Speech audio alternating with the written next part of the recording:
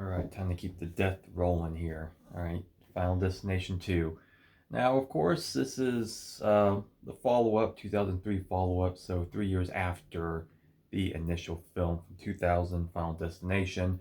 Uh, I mean, I don't know the exact box office results or anything like that, but obviously it was a pretty big success. I mean, it kind of, and like how Scream was in the '90s, this is in a sense it kind of is a bit of a reinvention, if you will. It's a newer, fresher idea. It's very unique. Where death itself is, of course, the killer. Where star of these films usually have someone with a premonition. They prevent themselves and others getting killed, and therefore death has to hunt them down. And so, yeah, this one has the return of Ollie Lauder from the first film, as well as many new faces. And you have seen this one prior to this viewing, right? A few times, yeah. I several at least. I don't know exactly how many, but yes, I have seen it. Yeah, I believe this was the first one I saw in theaters. 'Cause I do remember seeing this one in theaters. I don't believe I did see the first one, maybe as a rental, more than likely. But I've seen all of them since then, from two on for sure. And so, yeah, just to jump right on into it, how do you feel about this one in particular compared to the first? I definitely like the first and second one. They're real good. Um, Whenever I do see the second one on TV or purposefully put it on, Mm-hmm. um, every single time it's the log truck. I'm not alone in this. I know there are plenty of people out there, you included, some of y'all. You see a log truck, you can't help it. It's like, nope, I'm not gonna get behind that thing. Hell Yeah. no. So I Yeah, I mean, there's showed you some one. other Yeah, stuff, yeah, but yeah. yeah, I did for show you the sure. one picture from like a couple of weeks ago where they had the logs and it was like hanging off of there a good few feet. It was just like sticking out like this, just hanging off and shit. Oh, And it's mm-mm. funny because, of course, this one starts with a highway incident as opposed to a plane crash. Uh, I find this one very interesting because as time goes on, as you get a little bit older, you watch these films and stuff, and you just see how like an online community translates these films. Like I still see this one kind of meme to this day. Like you mentioned, the log truck in particular. Like I'll see someone post a picture and be like, and they'll just have like the caption be like, or like Final Destination, this and that. I ain't touching that. I ain't going near it, or something like that. Like this Mm-mm. one is I feel like definitely is the most probably ingrained in just the general pop culture. It seems like the one, at least as the incident in particular, most people reference this one more than anything because, well, I mean, it's a very common occurrence for anyone. You gotta. Wisconsin. Any of y'all that live in Wisconsin, lots of trees. I seen them myself. The log trucks. Like, nope, nope. Yeah, I mean, it really is very effective once you see the log go through because it's just that little blood that you see coming out the back of the back of the window as the log punctures through. It's just like just that simple effect just makes it so effective. And so, yeah, the deaths themselves in that particular instance, once the girl has the vision and you see all that occur, it really is. It's batshit insane. But the icing on the cake Hmm. is the song on the radio. Yeah, Highway to Hell. Yeah, yeah, of course. I mean, because It's that's it's synonymous Because now. yeah, given the series, obviously it's playing off of clues, like radio stations, like all these songs and stuff. And as you see the series goes along, they'll add a new little element as far as how the people get their clues and how death is coming for them. And so yeah, with this opening, obviously with the plane crash, and it being the first movie and being fairly subdued. It's not like that over the top, and obviously you probably kind of limit as to how many particular like little unique deaths you can have in that first incident. Where here you can obviously tell they ramp it up quite a bit, where you can have all these like little individual like just fucking like oh shit like this just happened, and so yeah, after that occurs, and of course you get the survivors all collected together after the incident. And how did you feel about this group in particular compared to the first one? You like them any more, any less, or about equal? Um, Let me think. Because to me, I mean, I feel like they are. comparatively pretty grounded like the first ones. Yeah. Because at least with these first couple of films, I would say that after this they start to become a little bit more cliche. But with these first two in particular, as I said with the first one, um, I feel like the characters themselves aren't just two-dimensional. Like they all have a little bit of just a little bit of something there. They actually do give them some kind of like grounded ways about them where they, they're pretty easy to relate to in certain ways. Even the people may kind of go, off the edge a little bit here and there or something. You can kind of relate to them, especially in a situation like this. I don't know if you felt the same way or. Well, I can't say I've ever smoked or drank or done a bump while I was driving down the highway. That is what I said, because watching it this time, But, it was kind of funny to me where I realized I'd be like, damn, we're doing all the recreational activities. Like the one girl, she like flashed her tits to the guy. He's smoking the weed and everything, and even the one girl's just having her cigarette. And the one dude is just the real druggie. He's just like snorting and shit as he's going along. I'm like, I mean, short of two people actually. and the truck driver is just like, and it says drink responsibly, and it just drink. It's like, what the fuck is going on? Like, none of these people give a shit. So if anything, they were kind of asking for it to begin with. It's like no one cares. Like everyone's just going way off the rails here. But yeah, I mean, I do like the general group of survivors. Like I said, even like the one druggy character, like that one part later on, like right before his death, where they just give him a little moment where he just hands the main girl, his wallet and keys, it's somewhat to a comedic effect. It's like, oh yeah, just throw out, all my adult stuff and all my drugs, and he's just like, because he's like, I don't want to break my mom's heart. So if something happens to me, just like little moments like that, just goes to show. It's like they add a little bit of something that gives them something more, which I can appreciate with this. Again, that's just, it just makes things a little bit more interesting. And T.C. Carson, the one black dude who I said is the voice of Kratos in the original God of War games. He's not the voice in the newer ones, but yeah, he's pretty good in this. He's just fun to watch, and when it gets to the first death, with the one guy that won the lottery and stuff, and what's so funny about this is obviously you get less time with him, so you don't really get much with him. But I find it funny though that he wins the lottery. Supposedly, they don't really say how much, but obviously you assume. Well, no, they did 250. Was it on the TV? They were talking about him, and then oh my god, he suddenly a freak accident. Okay, yeah, you're right.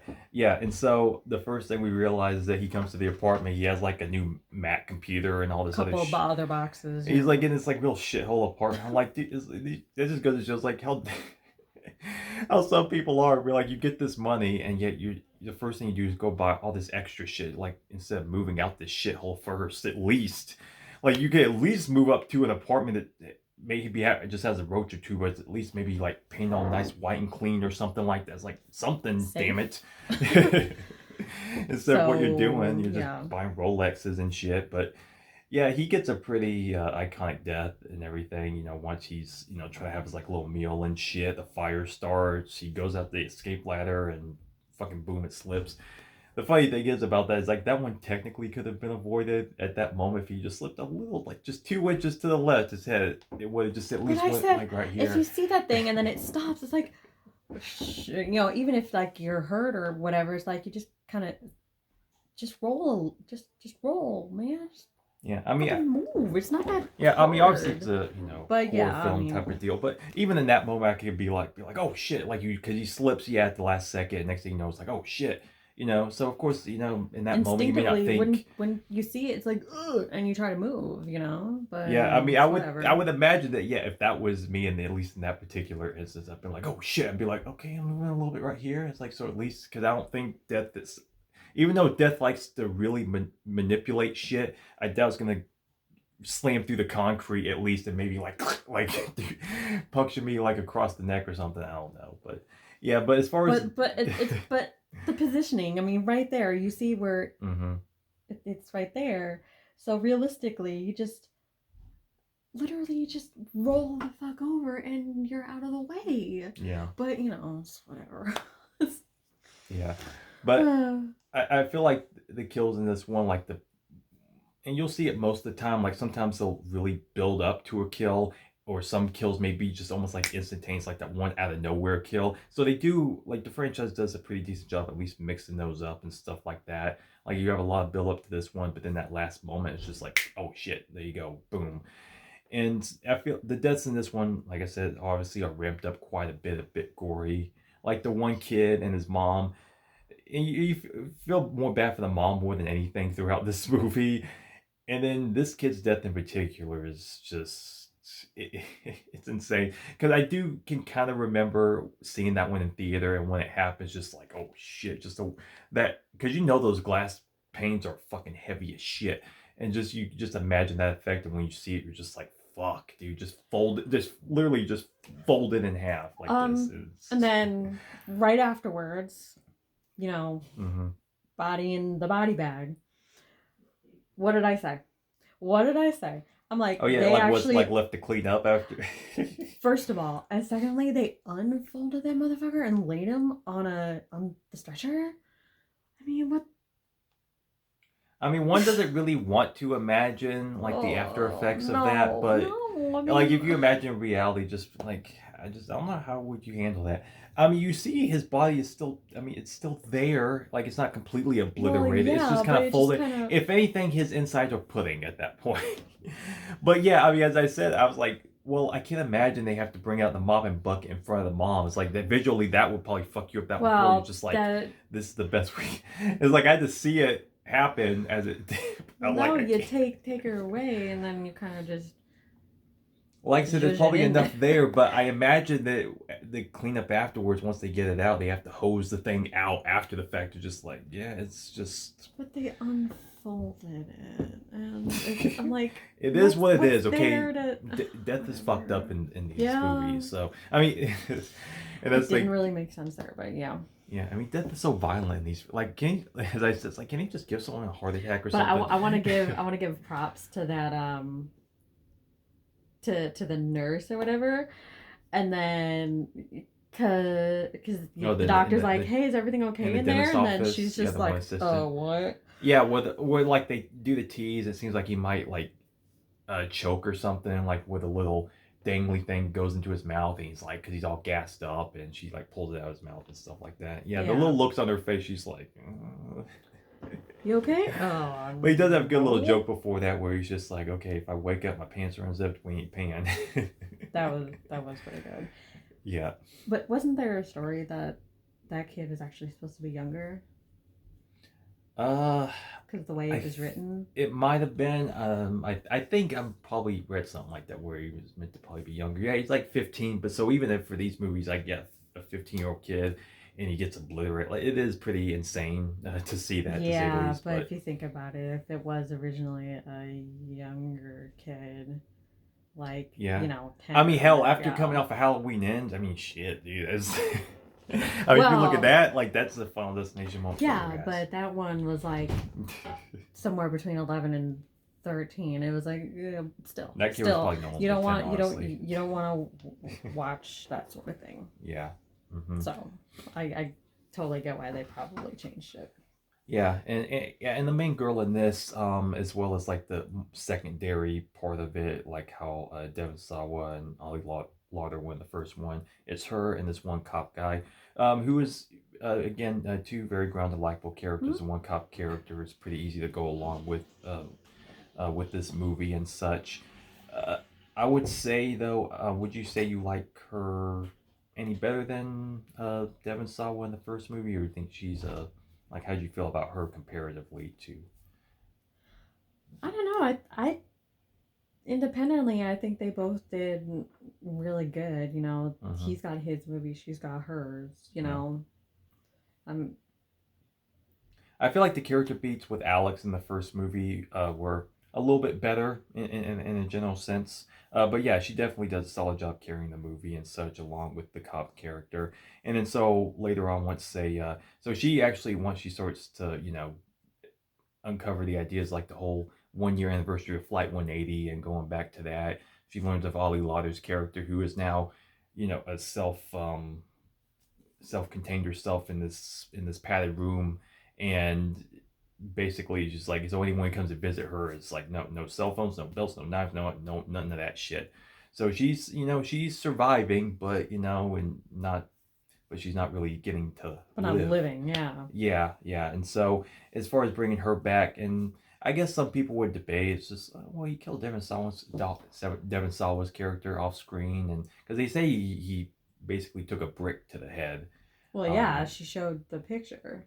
yeah. And it's just one of those things where obviously sometimes in these movies where these horror sequels where it's usually either brand new people, maybe sometimes they'll bring someone back. But I do like at least bringing her back to connect the first two. Um, it would be cool if you did get Devon Sawa in particular, like that would have been that much more interesting. As far as like a brick to the head, it's like I don't know. I mean, if you saw it on Kind of film, felt like a punk way out, but yeah, I mean, after I all forgot the what shit maybe if that there he's was been particular through. things like I don't know if they maybe approached him to do it or Well, maybe they yeah, didn't want to okay. bring him back or something. I don't remember in particular. I have to look it up, but it's just like okay, well, it's not the most like offensive thing in between when it No. comes to some of these sequels and stuff, but at least the connective tissue was there. And she does take them to go see Tony Todd, who does make another reappearance. Basically, it is very similar to the first one. And again, it's in this one where I find that amusing because, as I've thought for a while now, especially, like I wonder if there could be something more to Tony Todd's character. Like I feel like, again, like could he be Death himself? Like maybe this is a sick game he plays that he puts premonition in people's head, or is he some weird form of like creepy guardian angel type who could help people or something? I always felt like there could be another layer to him. Maybe not. I don't know. I just always felt like there could be something to play with that later on down the line, I but want to know, but I don't want we to can get know. more It's into that later on because of some uh, other things. But anyway, yeah, of course he just nails it just for what little bit he's in there. You almost wish he could be in there like the whole time, but for the most part, like I said, just that little bit it adds a nice little touch to the movie as well. And so yeah, they all go to I believe it's the one cop's apartment and stuff. So they're kind of mhm. grouping together, trying to figure things out. And that's when you get to the one mom's death by that point in the elevator. And so that one in and of itself is very it, again, that one can hit you personally because a lot of us go to elevators and stuff, maybe claustrophobic or maybe feel like the doors won't work or they could trap you in there or some weird shit. And so that one does play with you, especially with the guy with the hooks pulling her hair. She like tries to get out Oh and yeah, shit. her braid got caught. It's just like the setup to that one in particular. Again, does make you feel like that slight chill down your spine. You're just like shit, and her head is just getting caught in between and it's like fuck. How do you feel about that one? Does that one affect you badly at all, or? A little, but I'm like, I, I guess maybe I can see that in all the hubbub they couldn't really just get her hair uncaught. Well, yeah, they tried. But I mean, but like I said, that's what happens with these movies. It's like they um, try so many, but Death is gonna manipulate the shit out of anything and everything. So, I yeah, so I whatever happens, like you're pretty guess. much gonna be fucked anyway. But yeah, and just And straight I up. thought they were like safeguards where the. Well, I mean, they did the But little. I guess death can kind of circumvent Yeah, that I mean, too. well, they So already did like the one little set prior where the one guy's in the elevator with the stoner dude. He's just like, I spoke to, I spoke to the people about this like mm, weeks ago. I wrote them. It's like, I need to fix those bumpers and shit. It's like, oh, okay, there you go. But like I I said, death is guess like death don't give a fuck. I mean, even in the first no. one where Todd's death is like he leaks the water out and shit, and then he absorbs that shit back in after he's done. So yeah, I Nope. mean, that's the wizard. He doesn't discriminate either. Yeah, yeah, and I like T.C. Carson's performance in that as far as his reaction to Oof. that, and then after the fact, he tries to shoot himself, and he gets like the 6 blinks in a row, and you're just like, well, shit. It's like, well, it wasn't his turn to You don't die. carry a lot. Like six in a row. He's Six. like, no way, that's No. impossible, motherfucker. It's like, no way. He's like, yeah, that's some crazy shit. And so the following deaths coming through, like the one stoner dude later on, he gets straight, like with the explosion and the barbed wire goes straight across his body. Very effective, and it just works to an insane level where you just see the body just slowly just rip apart. Yeah. And it's fun. And even prior to before that, I like this one girl with the short dark hair who was smoking a cigarette in the car. She had a fun little personality in this movie, Yeah. and her death in particular, it's at least she gets it quick. But when the airbag goes off, because before that they had crashed, But it and didn't go off. Yeah, Yeah. yeah, and So it didn't go off then, but the pole the goes poor right through, rescue and then workers were her trying head. to get her out, and then he was using the thing, and that The jaws of somehow life, basically. It's activated the just, airbag. And pow! yeah, I mean, and So it's just like, damn. Just, not only was she like stuck in the leg, yeah, like because she had like the whole log going like across like on top of her legs and shit, and it's just, I mean, just the yeah, way that this movie, just the way that they kind of,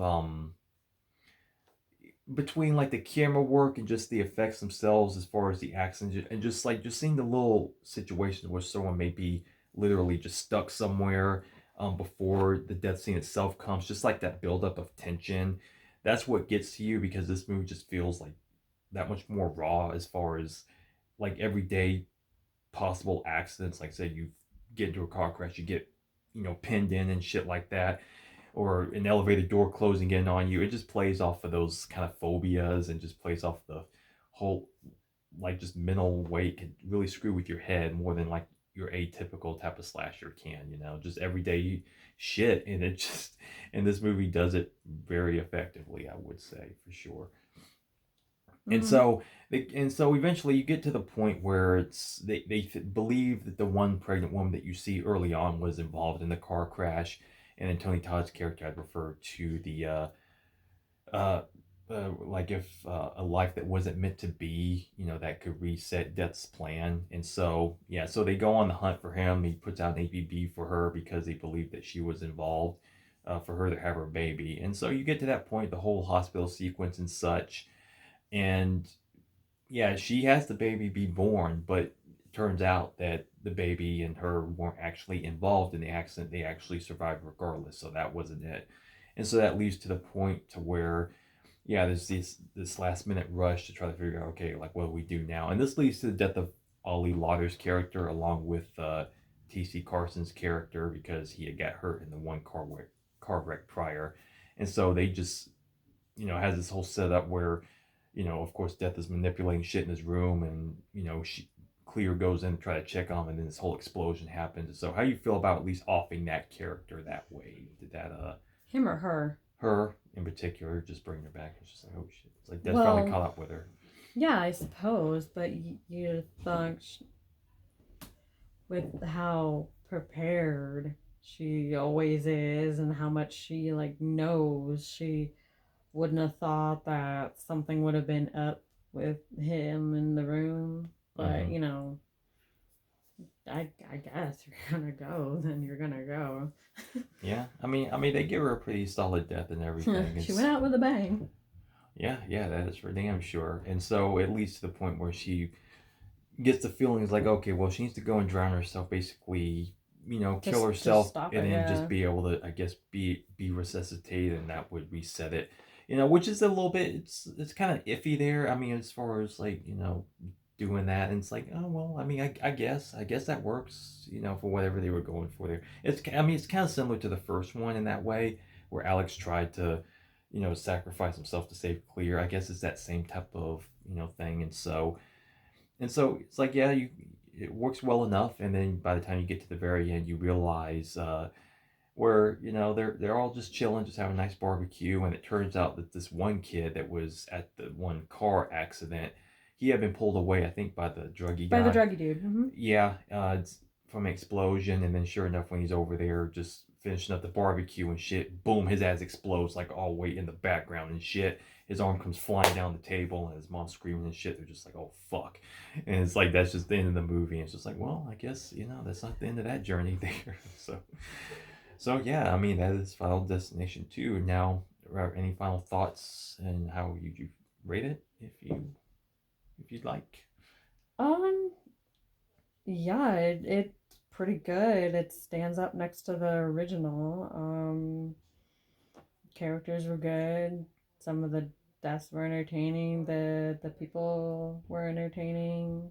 Like the Mm-hmm. Lotto guy was a dick. I mean, you don't want to root for that, but he gets his. But yeah, I don't really know what I would rate it. Yeah, I mean, I think I rated the first one like a 4, so I'd probably put this one about the same thing. I mean, there are probably some elements that are, of course, better than the first. Just being a sequel, just kind of ramp things up a little bit. Like I said, the characters are pretty. I would say about as equal as what the first one was. I just felt like though, a slight edge to the first one just for kind of Devon Sawa's character in particular, and like how I said, it just felt like I just like how they played his character and dealing with it, and how they didn't play it just like he's just a two-dimensional type of character, just kind of just a little beast that they played off of as far as his character and dealing with the others, and just like it didn't feel like it was just an atypical slasher. It felt like they really felt like real people just kind of dealing with dealing with this situation and just kind of watching it all unfold. I just give a slight edge to that one a little bit because I felt like he was a bit stronger as far as that goes. But I mean, yeah, it is. I would say about as equal to the first one. So anyway, yeah, that'll do it for our review of Final Destination 2, and we will be back for Final Destination 3. Bye for now.